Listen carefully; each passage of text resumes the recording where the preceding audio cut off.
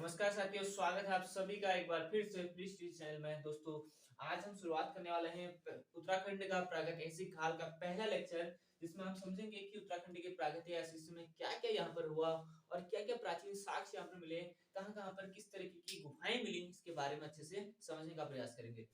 तो शुरुआत करते हैं, उत्तराखंड का प्रागैतिहासिक काल का समय क्या रहा। ठीक है, सबसे पहले हमें प्राचीन गुफाएं देखने को मिलती है। गुफाएं गुफाएं गुफाएं और शैल चित्र। ठीक है, शैल चित्र। तो एक क्वेश्चन बनता है यहाँ पर, उत्तराखंड पुरातत्व का जनक है कौन कहा जाता है? उत्तराखंड पुरातत्व का जनक वो हेनरूट को कहते हैं। उत्तराखंड का पुरातत्व, प्राचीन चीजों के बारे में जिसने सबसे पहले पता लगाया वो हेनरूट। ठीक है, हेनरूट को कहा जाता है। तो सबसे पहले हम यहाँ देखेंगे कौन कौन सी यहाँ गुफाएं रही, किस प्रकार से यहाँ आदि मानव रहता था, मनुष्य निवास करता था, इसके कुछ सचित्र प्रमाण दिखाई दिए। तो सबसे पहले शुरुआत करते हैं अल्मोड़ा में। अल्मोड़ा में लाखों डियार है, लाखों डियार। इसके साक्षी में लाखों डियार है। ये है अल्मोड़ा, जो उत्तराखंड का अल्मोड़ा जिला है। अल्मोड़ा, अल्मोड़ा के बाड़ीसीना में स्थित दलबेंट पर, बाड़ीसीना के दलबेंट पर। ठीक है, वहां पर लाखों गुफा है, जिसमें जो है नागफनी के आकार की दिखाई देती है। इसमें बहुत सारे मनुष्यों के हो गया, पशुओं के हो गए शैल चित्र देखने को मिलते हैं। ठीक है, इसकी खोजकर्ता भी पूछा जाता है।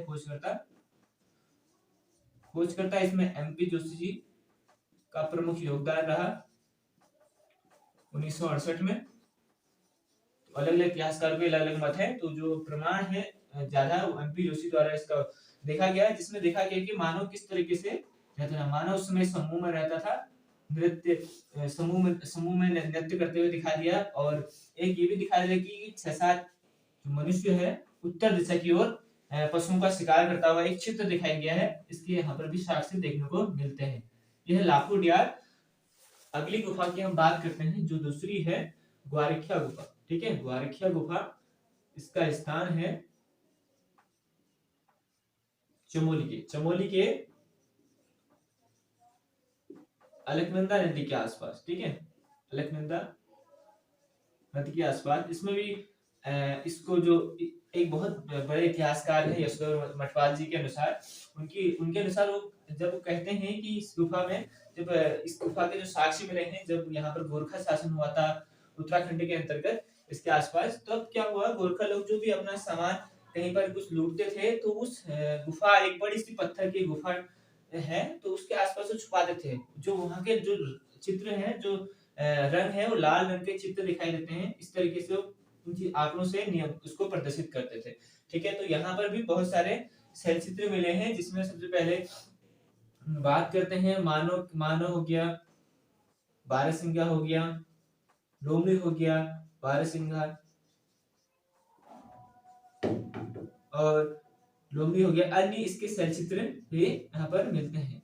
लेकिन इसे पुरातत्व में लाने का जो प्रयास किया, वो राकेश भट्ट जी ने लाने का प्रयास किया। ठीक है, ये हो गया ग्वारिखा गुफा के बारे में। तो यहाँ पर भी जो साक्ष्य हुए, लाल रंग के चित्र पाए गए हैं, जिसमें मानव, बारहसिंगा, लोमड़ी आदि के शैल चित्र इसमें दिखाई देते हैं। तीसरा हम बात करते हैं मलारी गांव। मलारी गांव कहाँ है आपका? मलारी गांव चमोली में है। यहाँ पर भी ऐसे कुछ साक्ष्य मिले जो हमारे प्रागैतिहासिक काल के बारे में जानकारी हमें देते हैं। यहाँ से इसकी जो खोज हुई 3 बार हुई। सबसे पहले जो खोज की 1956 के आसपास, जिनका नाम है उस समय जो नाम है श्री प्रसाद डबराल जी ने, उन्होंने इसकी खोज की, जिसमें भी बहुत सारे उनको मानव कंकाल तंत्र, बहुत सारे ऐसे चित्र देखने को मिले। लेकिन उनसे उतना पूरा तरीके से जानकारी हमको नहीं मिलती है। लेकिन जो दूसरी खोज की गई लगभग 1989 के आसपास, जो गढ़वाल विश्वविद्यालय के छात्रों द्वारा, गढ़वाल विश्वविद्यालय द्वारा किया गया, इसमें एक बहुत बड़ा लौह लौह उपकरण मिले। यहाँ से लौह उपकरण मिले गए। ठीक है, और अन्य एक बहुत बड़ा कंकाल तंत्र देखा, जिसे हिमालय वर्षण भी कहा गया। हिमालय वर्षण, इसका जो कार्य किया, इसका जो डायरेक्शन, जो निर्देशन किया, ये हमारे उस समय के सीएम साहब बीएस खंडूरी द्वारा भी इसको लाने का श्रेय है। इसका बहुत योगदान, बहुत बड़ा योगदान रहा। ठीक है, तो इस प्रकार से मलारी गांव में भी इसके चित्र देखने को मिलते हैं।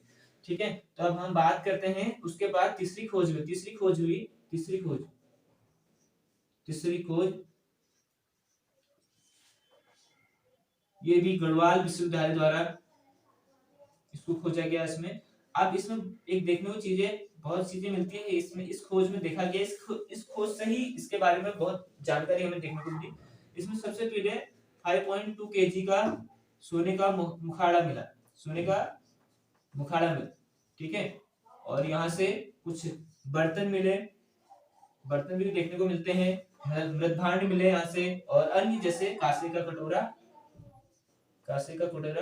अन्य चीजें यहाँ पर देखने को मिलती है, ठीक है। तो ये थी हमारे गांव के बारे में कुछ चीजें जो हमको मिली, हमारे प्राकृतिक ऐतिहासिक काल के जो साक्ष्य मिले, तो हमारे गांव से ये चीजें। अब हम अगले चीज की बात करते हैं, हुडली गांव। हुडली गांव से भी कुछ साक्ष्य मिलते हैं। ये कहाँ पर है?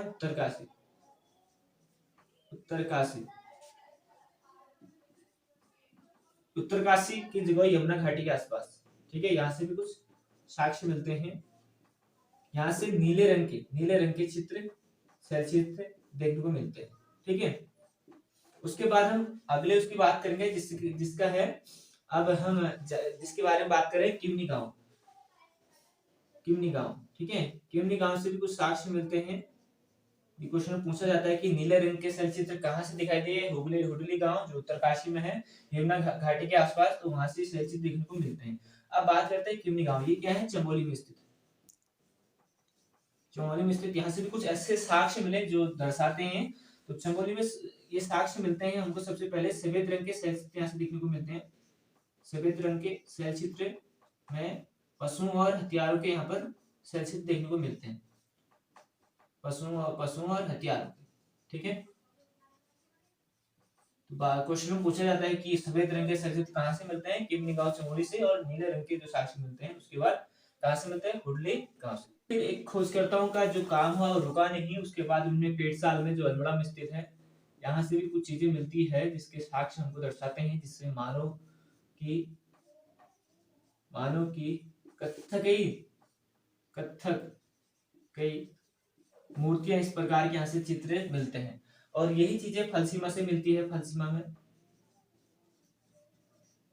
फलसीमा में स्थित इस तरीके से यहाँ से मिलती है तुम्हारी योग ध्यान में की गई मुद्रा में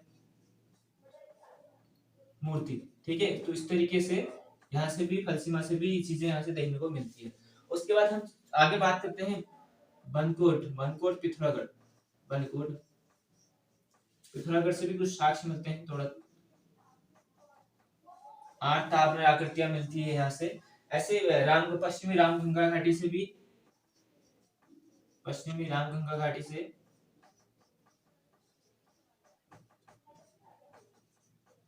भी कुछ ऐसे शैल चित्र, कटोरे, मृदभांड आदि इस प्रकार से ये चीजें यहाँ से मिलती है। तो दोस्तों हमने आज ये चीजें पूरी तरीके से जान लिया किस तरीके से यहाँ से प्राचीन गुफाएं थी, उनमें क्या क्या चीजें यहाँ से मिली, क्या क्या हमको साक्ष्य मिले, क्या क्या शैल चित्र यानी कि क्या क्या इस तरीके से पत्थर में लिखे हुए चित्र प्रदर्शित करते हुए दिखाई गए। सबसे पहले हमने जाना कि किस प्रकार से प्राकृतिक काल में उत्तराखंड में यहाँ क्या क्या गुफाएं थी, जैसे लाखो ड्यार हो गया, लुथाक हो गया, पेटसाल हो गया, फलसीमा हो गया, अन्य बनकोट हो गया, और तुम्हारा किमनी गांव हो गया, हुडली गांव हो गया। अन्य तरीके से क्या क्या यहाँ से साक्ष्य मिले, प्राचीन साक्ष्य मिले, इसके बारे में हमने जाना।